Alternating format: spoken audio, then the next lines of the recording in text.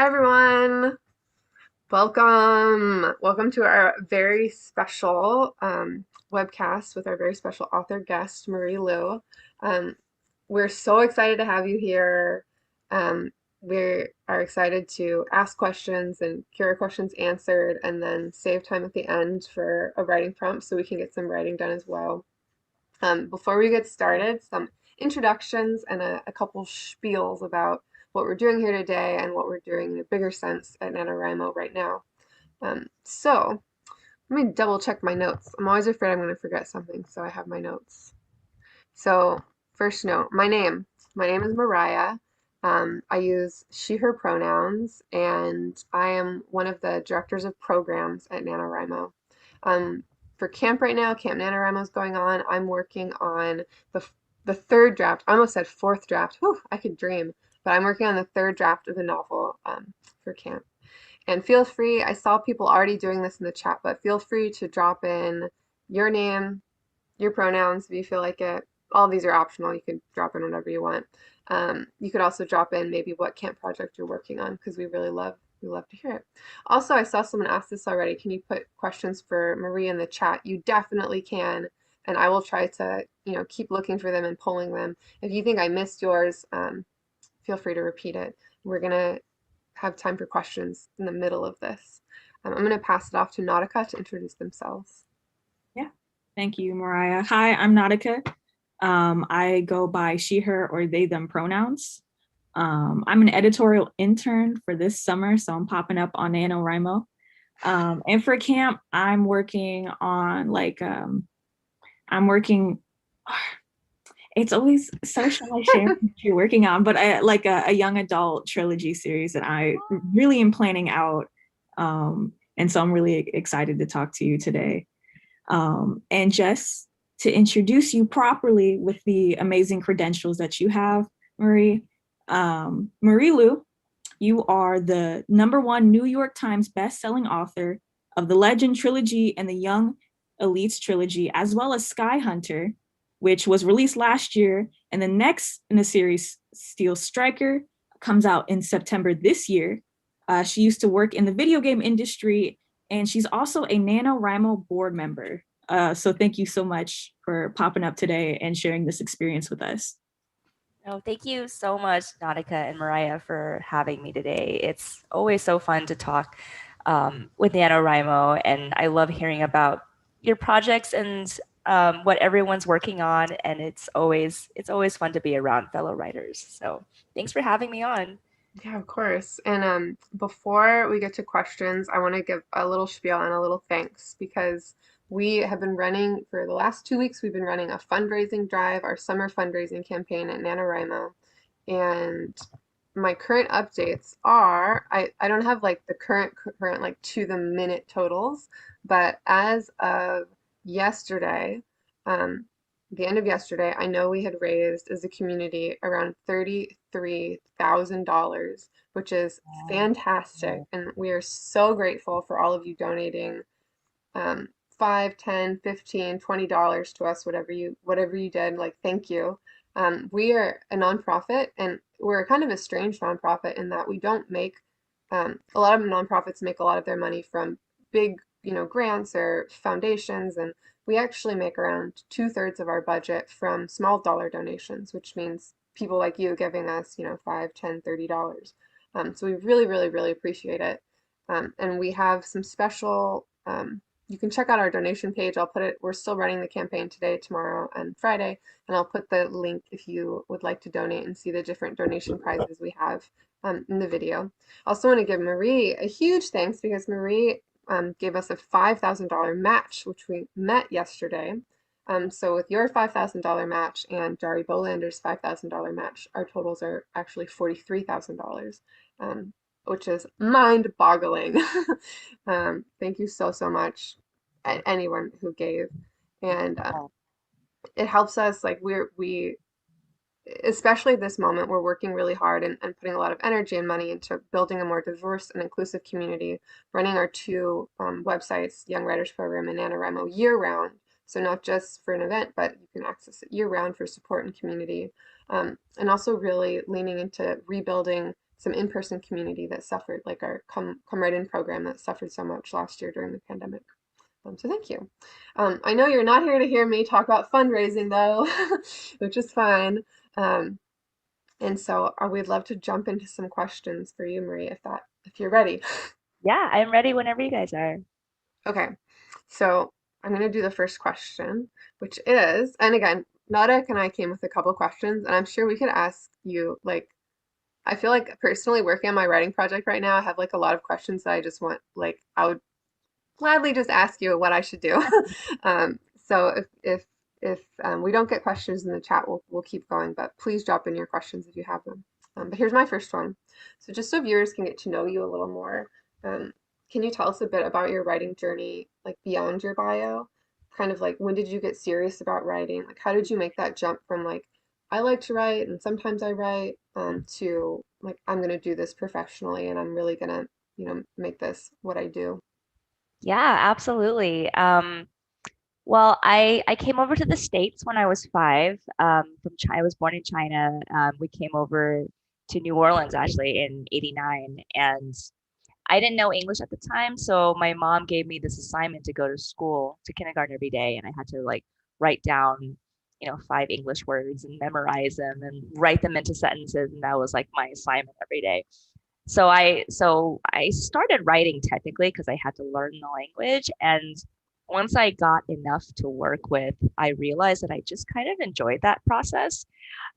So so I would go with my mom to work. Like at the time she was working at this restaurant, and so I would just stay in this, like, they had this really cozy little broom closet. It was a very nice broom closet. There's like a little TV in there. So I just sit in there and like watch cooking shows and just like write little paragraphs to myself. And I did that a lot as a kid. So I would staple together booklets for myself and draw and illustrate them and write like "Bye Marie" on them and pretend they were books. But I did that all through childhood, and I liked drawing and I liked reading and I liked playing video games, and I kind of liked all those things. But I didn't really know that any of that was professional or that people did that for jobs. I never really made that connection that the names on books are like real people that do this for a living, until I was 13. And I actually remember like the day that I knew that I wanted to be serious about writing. And up until then, I've been writing a lot of fan fiction. I wrote Redwall fan fiction. I wrote any story with like a mouse in it. I loved.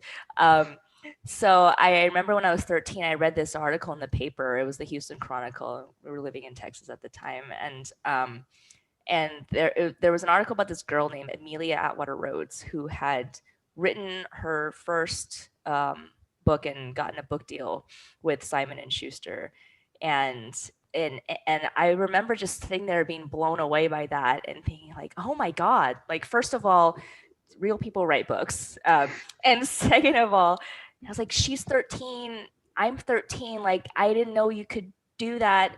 I'm gonna go try to write a book. And so from that point on, I got more serious about it. And I remember going to the library, like this is like pre everything information on the internet time. So like, it was like like early internet. And so I remember going to the library, checking out all these books on like how to publish and how to write a book and how to, get a literary agent, and looking that all up and writing my first really awful novel. It was like a ripoff of Lord of the Rings. It was fantasy about like people finding a shiny thing and going on this quest. So it was basically Lord of the Rings, and I thought it was great. And I like tried to send it out to agents, and I sent it out to like 100 agents and got back like 100 rejection letters, and nobody wanted. They're like, this is Lord of the Rings. So I wrote a couple of manuscripts in high school, and they didn't go anywhere. I did get an agent eventually, but he sent out my book, and nobody took it. And then I went off to college, and I studied biology and political science because I thought I was going to be a lawyer or a doctor and something safe. And then I wrote a third book, and my agent hated it, and so we parted ways. And so it just kind of came back full circle, and I felt like I had kind of regressed in my progress on it and stopped writing for a couple of years. So it was very up and down.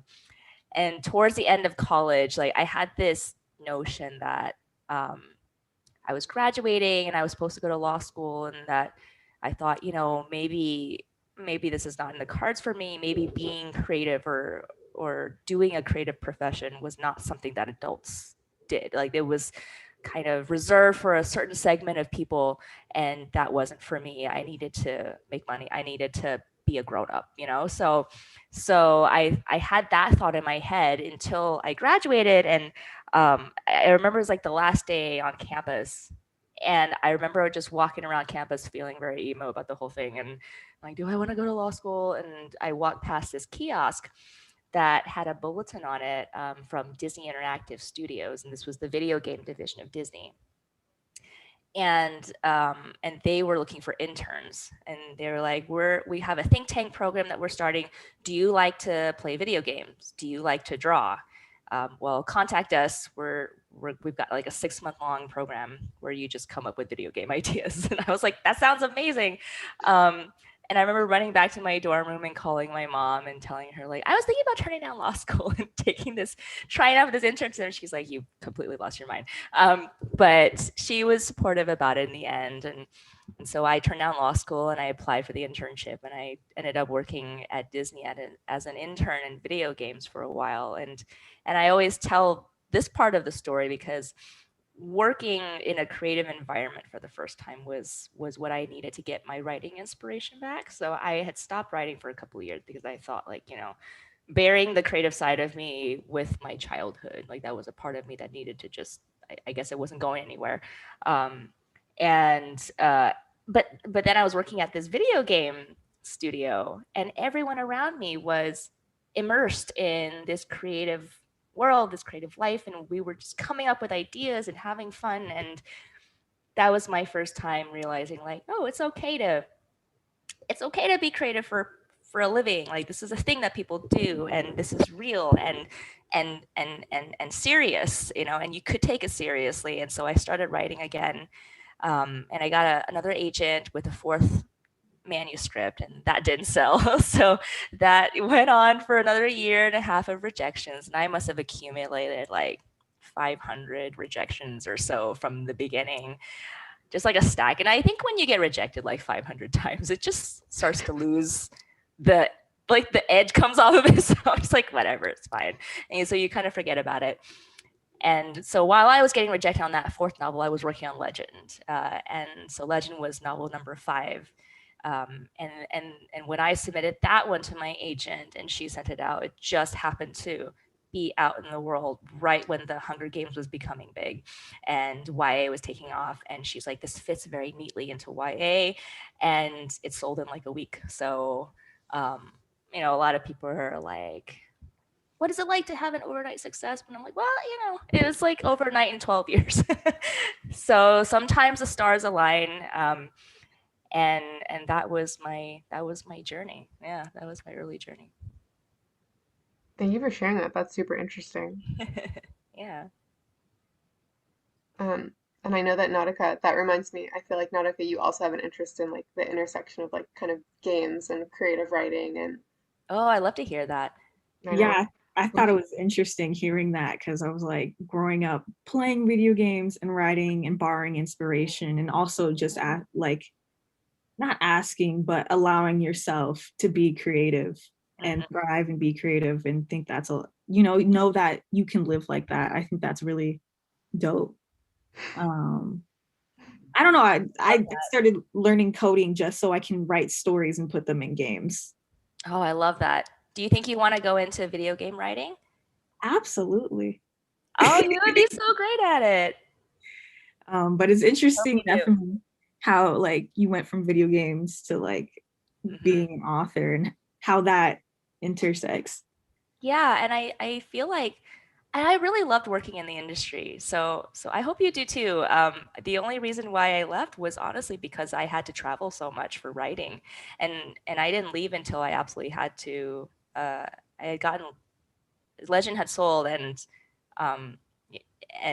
the travel started to be like, oh, you got to go somewhere once a month. So I was like, okay, I can't really hold down both. So I had to make a choice, and I knew I would always choose writing, but I loved working in games, and I hope you work in games. And my friend Amy Kaufman, who's another author in YA, she also has written for Ubisoft, and she said she had a wonderful time on it. So I hope you do. I think video game writing is a very, very special and cool part of the writing industry. Well, I guess that kind of makes me like wonder, like, since you had to like balance both, or also like, you know, living life, but also finding time to be creative. I was wondering, like, what is your writing process, and like, how do you keep yourself accountable? How do you keep yourself organized to make sure you do what you got to do? Yeah, that's a great question, and so different, I think, for so many people. So um, for me, it's different now than it was when I was still working in writing, and I think when you're doing both, you just kind of try your best to find the time that you can. I remember I would write during lunch breaks or write kind of secretly on my email drafts. I did that a lot, and people just walk by my cube and they're like, she's always writing these long emails. She's an art intern anyway. So just writing like chapters in my drafts. So that's what I did. I would wake up really early in the morning and squeeze in some time there. Like there were weeks where I didn't have time to write, or weeks when I was too tired, and um, so it was kind of piecemeal. Now it's much more regular. It's kind of like a 9 to 5 for me, and I think the accountability part is just having a contracted deadline helps a lot. I'm like, well, I kind of have to turn this in. It's like having like a school assignment, like a paper due on a certain day. You're like, it's just got to happen. So so you make it happen. But I like breaking it down into smaller pieces, because when you have a contracted deadline, it's like the deadline is like a year from now. So you're like, oh, it's a million days away. But I try to take that timeline and split the book's chapters down into that timeline. And then sometimes I will like half that time, because I'm like, I know I need time to go back over it and revise it and just kind of calculate out how much time I need. And honestly, I credit NaNoWriMo with helping me learn that accountability a lot, because that's what NaNoWriMo is accountability, giving yourself this, like, you have 30 days to get this 50,000 words out. So you're like, I got to write 1,600 words a day. And doing that as a teenager started me early on that accountability process. So I just kind of got used to splitting a novel into, those chunks, and thinking like, okay, if I give myself 2 months to work on this first draft, I will have a third month where I can do a first pass of revisions, and then I'm going to need to do this other stuff for work, but then I can come back for that last. So that kind of gives me a concrete idea of how to manage the creative output, and I think over time you kind of get used to it, and it is still very difficult to do, because it's such a strange job, and you kind of there's nobody else really watching you, but yeah, you get used to it.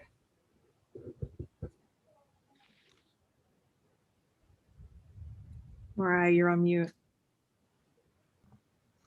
How many times, what if we had a nickel for every time in the last year and a half someone's had to say, oh, sorry, you're on mute? I would be a millionaire. I was saying, speaking of being published and kind of the difference, because a couple of people asked in the chat, like, what was your writing schedule like, and how did it change before and after you were published, which I think you kind of answered. But I have the question, which is about kind of your inner editor, or like your inner critic, the voice that kind of tells you that what you're doing is really bad and you should stop.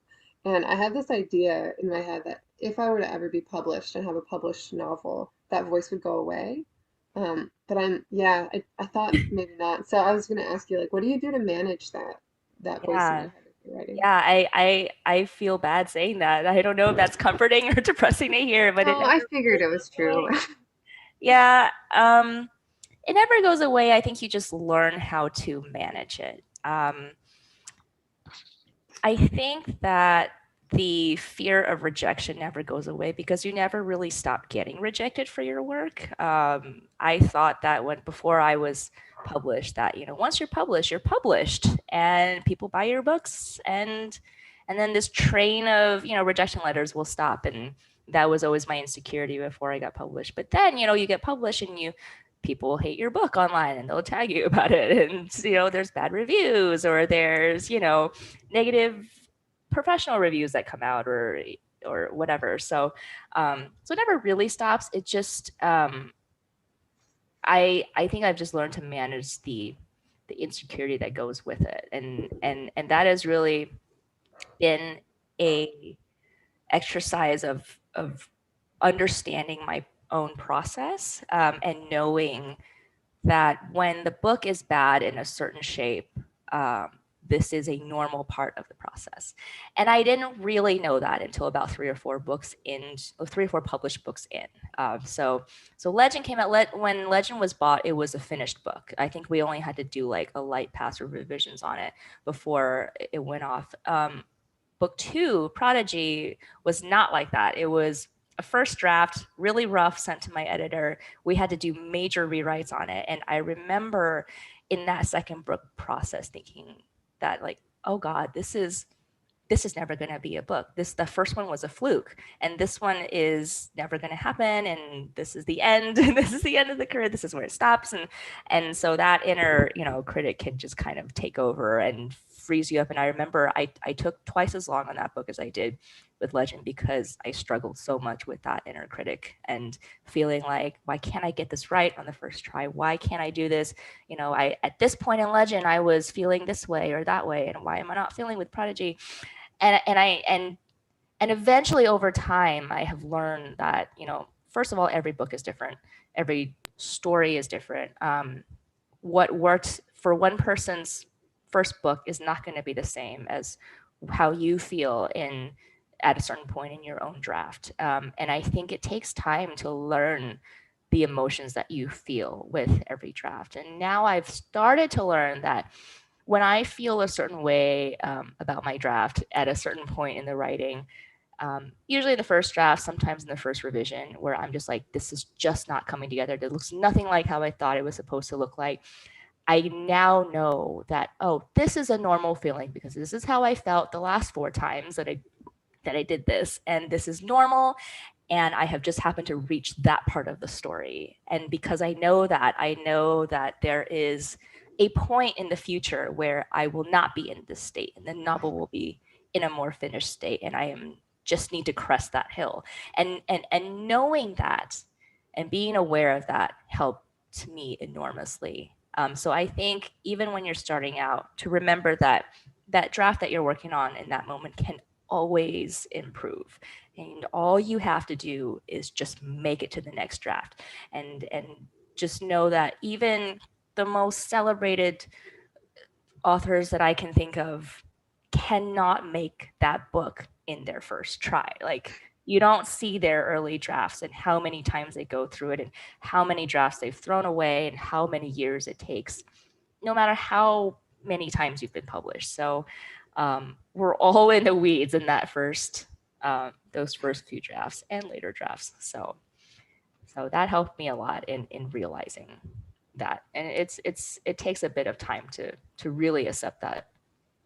That kind of like meta awareness, like being aware of where you are in the process and how it usually makes you feel, that feels very familiar to me too. I Yeah. feel like I after you, and that's why sometimes I think um, encouraging people. I used to be a teacher, and I work with the Young Writers Program, and encouraging people to both start and then also finish a Mhm. story, because you start to recognize the different patterns and feelings that you have as you're writing. Like I know for a fact once I get halfway through the story, I always feel a certain way. Like I'm always like, oh, this is bad. I should go back to the beginning and start up. And now I can be like, aha, Right.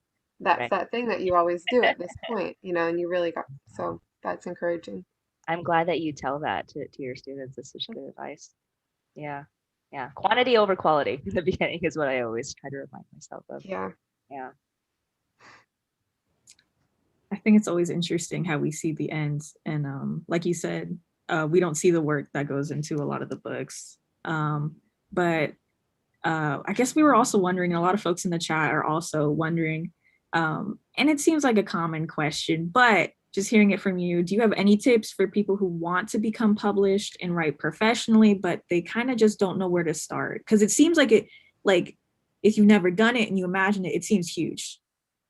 Oh, absolutely. And I remember being overwhelmed by it too, because you like, how do you know anything about it? There's not a, like, yeah, how there's so many angles from which you could approach it. And I think the first thing that I did was to just go check out a book that was like how to write a novel.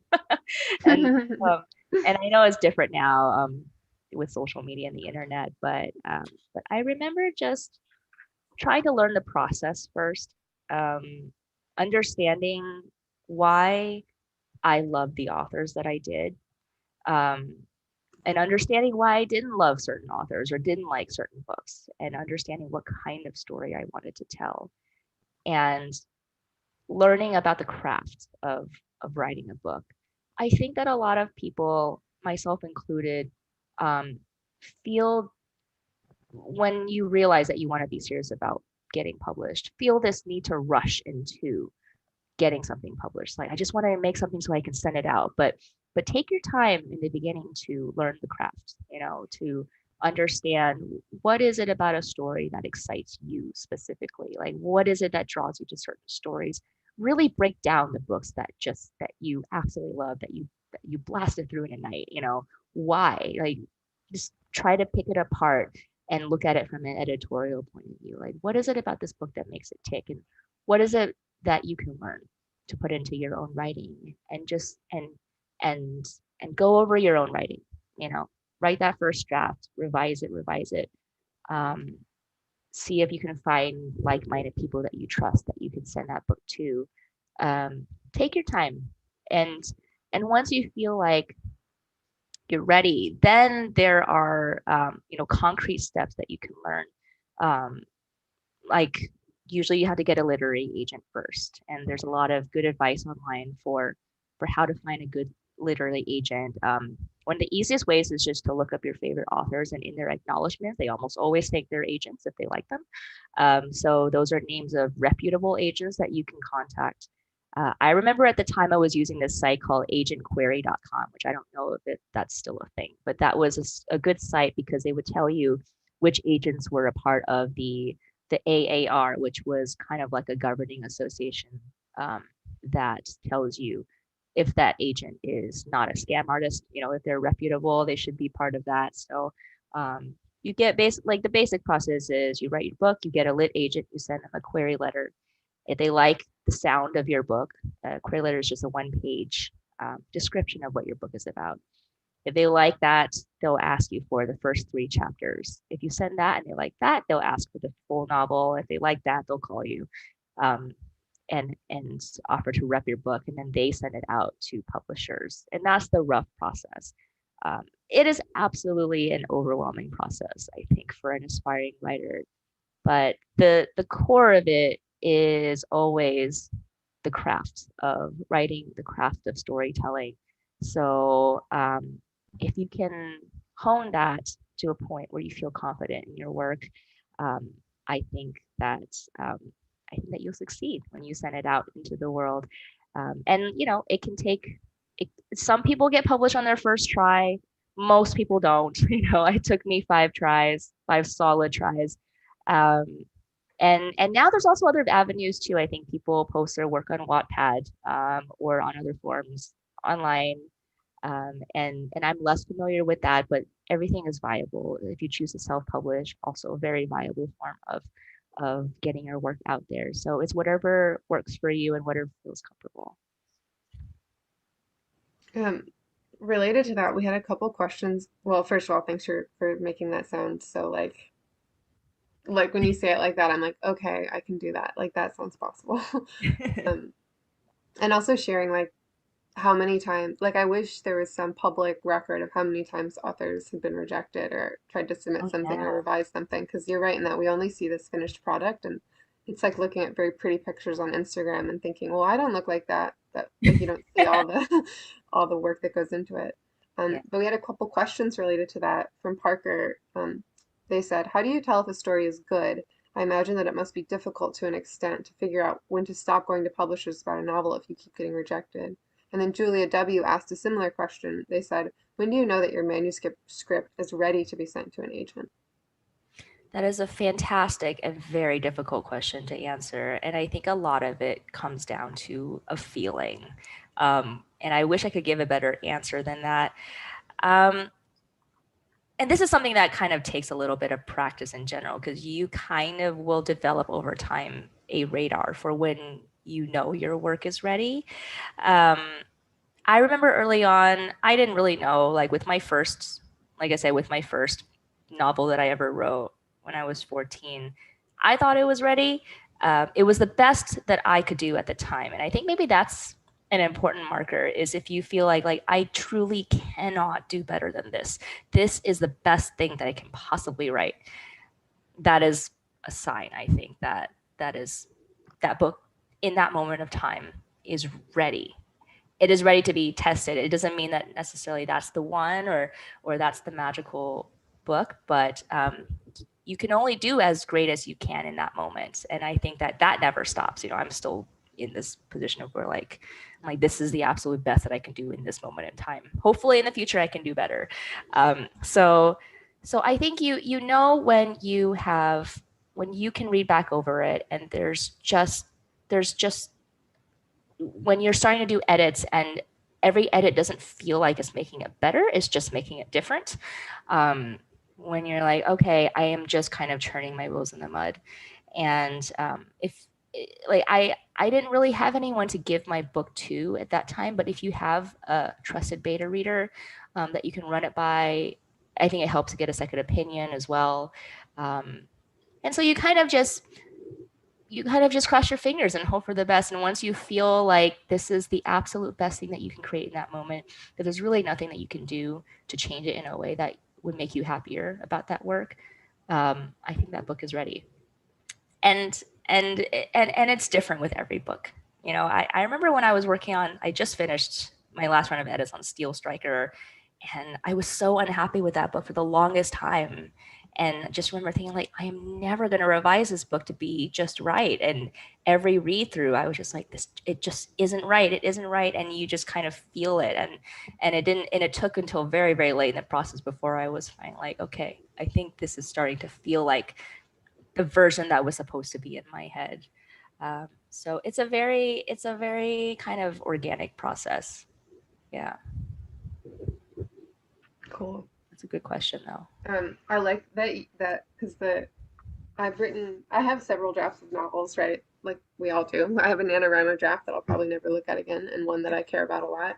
And I do feel like some things just kind of come to you more fully formed than others. Yes. And the one that I'm working on now is just taking a very, very, very long time to become the thing it wants to be.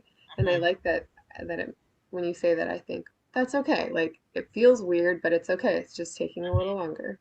Mm-hmm. Yeah, absolutely. And I think that, like you said, every book is a completely different story. Every book is a completely different beast. And I think that, writing is one of those weird professions where every book gets harder and harder. And it's because every story is different.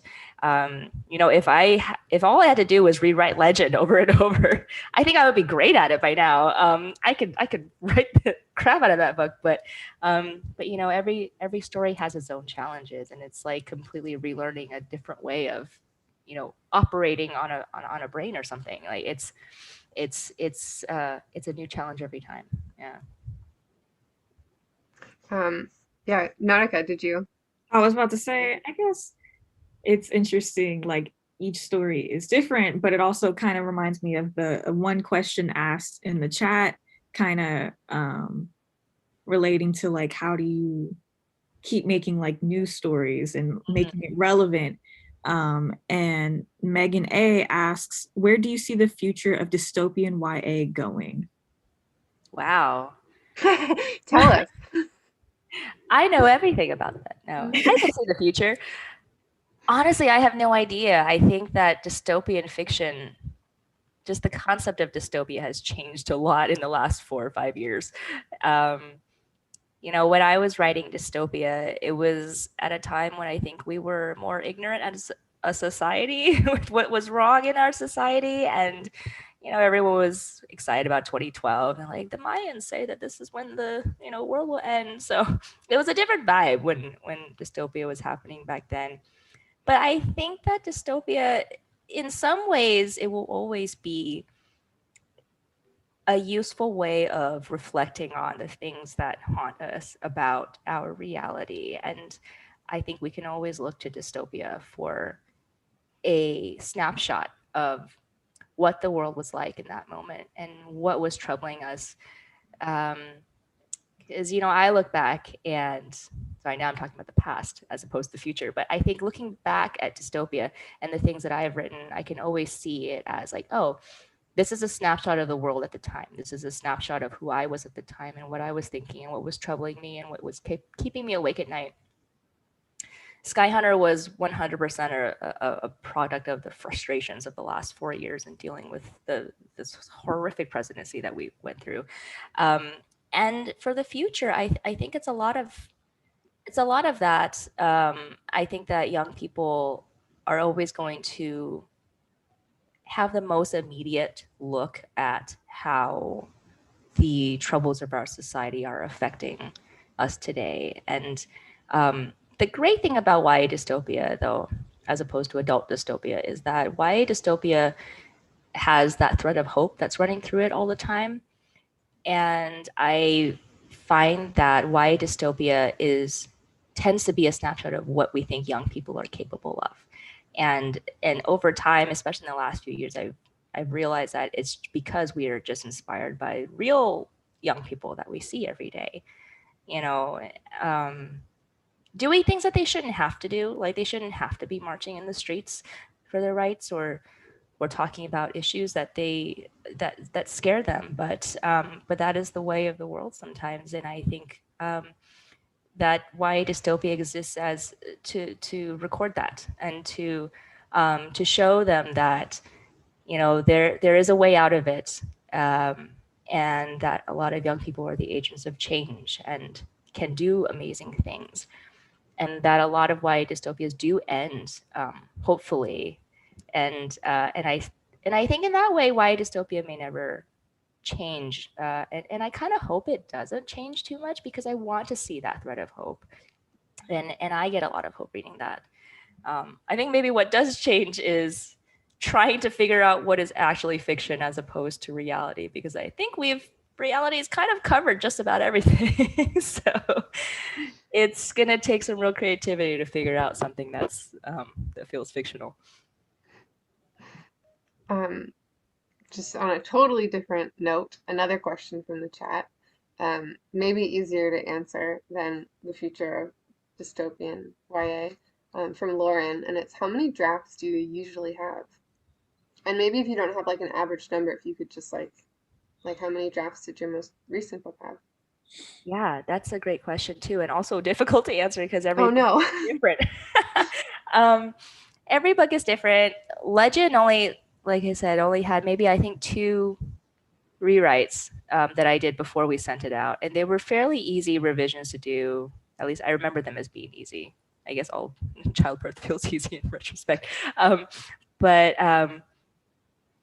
the Young Elites, on the other hand, had many rounds, and Legend took 4 months or so to write. Young Elites took a year and a half. Steel Striker, which is my latest, I think we probably had the most rounds of revision on this book and on Sky Hunter that I've ever done. We must have done at least a dozen rounds of revisions. Wow. So many. My copy edits were like, copy edits is the last phase where you're editing like the words and the sentences, and that poor file was so big that my editor had to break it into like 4 separate files because it was stupid. And it was just a difficult story to tell. So it just depends on the story. Sometimes you don't know exactly what the story is going to be and what you want to say with it. I think with Legend, I think I must have just known very clearly from the start that what I wanted to tell and the story I wanted to tell, and the characters were ready to tell it.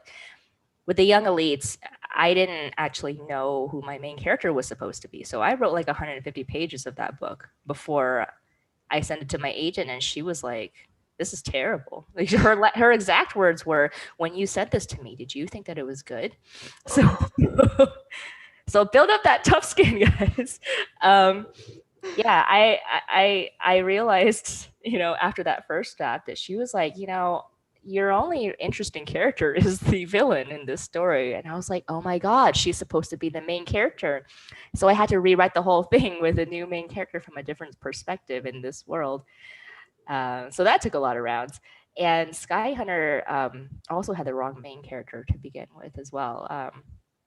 The original main character was Red, who is not the main character now. He is Talon now, who is the main character, and I had to do a complete rewrite of that as well. So sometimes you're just figuring out the story, and it just depends. Yeah, so anywhere from 1 revision to 12.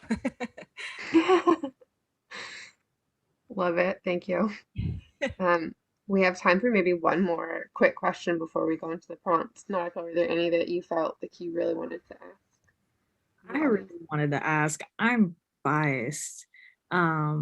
Miles Kilbride asks, do you have any advice for high school writers, from Trans Writer 20, from the Nano YWP? So Oh yeah, they gave their whoop, they gave their young writers Yeah. their YWP handle. So So the question is, do I have advice for writers in high school or young writers, aspiring writers in high school? Yes. Aside from, don't be afraid to write something bad, which we all do. Get that first draft out, just finish it. You can always make it better. But I think the bigger lesson that I wish I had understood better at the time, and wish I have to remind myself constantly of now, is that you as a person are not your book. So when you are getting rejected for your book, it is not a rejection of you as a person. And I think it's very important to separate those two things, because it can destroy you.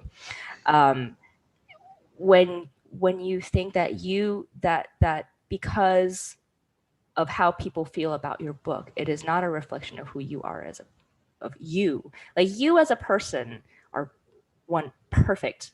Do not, the rejection is not of you as a person. The rejection is just of a piece of work. At the end of the day, it is just a book. And I think that it's difficult to separate that in a creative profession of any kind, because you put a piece of your heart into everything that you create. And so it's hard to remove that and to step aside and be like, oh no, it is a part of me, but it is also not me. And it doesn't reflect on you as a person, if that makes sense. I think that writers can so easily put their whole self-worth into their work and think that you rise and fall by your work, and you are not your work. You are a whole person. So remember that. that hits hard. Thank you. I am not a teen writer at all, but I appreciate you saying that. We learn it every day. We have about 15 minutes left, and I know that some of our writers are working on camp projects, and we often have a virtual write-in every Wednesday, but we canceled it because we were so excited to be talking with you today instead. And so we would love to do maybe a writing prompt together. If you, Marie, wanted to share one with us, we would gladly write for like, let me look at the time, like 5 minutes, maybe 7 minutes, and then come back together and share how it went with us. How does that sound? Yeah, that sounds great. So this was an exercise that I did early on, and I sometimes still do. And it's to create a scene. So, and this is funny coming from me, because I'm a very visual writer. So I tend to kind of see something playing out in my head and write down what I'm seeing, as if it's a movie or something. But I think that it helps to try to write a scene thinking with your other senses, uh, aside from using just descriptors of what something looks like or what a street may look like. So like, um, let's work on creating a scene with characters that where you are not using that, where you're not describing like the grass is green, the sky is blue. Think about how the air smells. Think about how the earth feels, or maybe it's not earth. Maybe you're underwater. What does that feel like? Is it hot? Is it sticky? Does it remind your character of something from their past? Can you use, instead of visual descriptors, a memory that your character has to paint a picture of a place? Um, so yeah, I try to create it doesn't have to be a long scene. It doesn't have to have characters in it. Um, it can have some of your characters in it, but something that where you can give the reader a very visceral experience without just visually describing something. Cool. That's a good challenge. I typed it out. I'm going to drop it in the chat right now, Okay. the YouTube chat. And maybe we can write together for, how does 7 minutes? 7 minutes sounds good? 7 minutes. Okay. And that means that we'll end. Oh, and if you've never come to a like a virtual write-in or writing sprint before, the goal is to take that prompt that Marie gave us, or if it doesn't work for you, like just pick another one, and spend those 7 minutes just focused on writing whatever creative project you're doing. Even if that means writing the word like, I don't know, I don't know, I don't know, over and over and over again until like inspiration comes to you. That's fine. And we're gonna stop at 56. So 3:56 where I am. Wait, is that right? Yes, I did that math right. But um, you might be in a different time zone. So sprint stops at 56. Ready, set? Okay, right.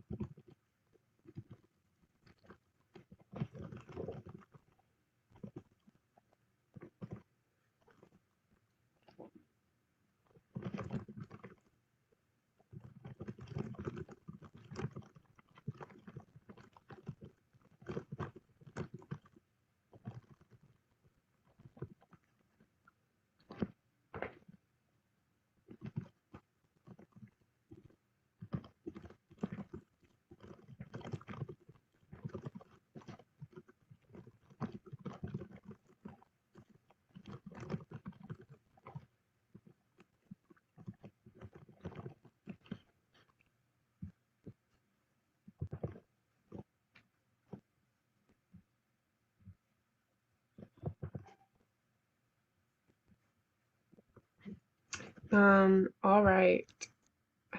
It's 3:56. Well, 3:56 here. I think that's the time I said. So finish up your sentence, your thought. And if you participated in that sprint, you can drop in the chat maybe how many words you wrote or share a favorite sentence that you wrote. Um, or just share a thank you for Marie. Um, we've already got a couple people. I wish I should have pulled them out for you as they were sharing them, but people were sharing um, how much they love your books. Cassidy M says, I love your books so much. They've been such a huge part of my life. Further back, someone said, I think what their favorite book was, but there's just so much chat now that it's hard to scroll back to find it. Um, so thank you. Um, that was fun. I like doing that. I remember when I read the book All the Light We Cannot See, which has a blind character in it, and they really have to rely on things other than sight, and it really made, I noticed in my writing like a shift after that. So Absolutely. that was a really fun prompt. Yay, I'm glad it was fun. And Sophia says, I wrote, sorry, my dog is like in Oh, here it's yawning okay. and being kind of a weirdo. He slept most of it, but now he's like making a lot of noises. That's what you're hearing. So, let me see who said that. Oh, Sophia says that they wrote about 200 words of their first novel, that is, first ever novel that's going to be a fantasy LGBTQ novel. I love it. That's wonderful. And Ashwise shares the sentence, Ella carefully removed the pan from beneath the truck, the scent of the oil biting at her nose. Oh, I love that. Yeah. And I'm gonna do a couple stop, a couple logistical things. Like one, reminding you that if you'd like to donate, we're still running our fundraising drive. I know that tomorrow is a special giving day, so if you donate tomorrow, anyone who donates tomorrow will be entered into a raffle to win a MacBook Pro, a MacBook 13-inch Pro computer that also has the Scrivener software on it, donated by Scrivener. Can you guys hear my dog? A little bit, but it sounds very cute. Okay. For me, it's like really loud, and I'm thinking, oh no, oh shush, please. And we ran out of our beautiful Heroes journals at the $30 donation level, but if you donate $10 or more, you get a digital version of the journal, which is really cool. Okay, here he is. Aww, he's so cute. Be ashamed of yourself. He's like, eyes on me. I know. And we have a lot of people thanking us for doing this. Maybe we'll go outside. But there was also a question earlier that maybe you could answer.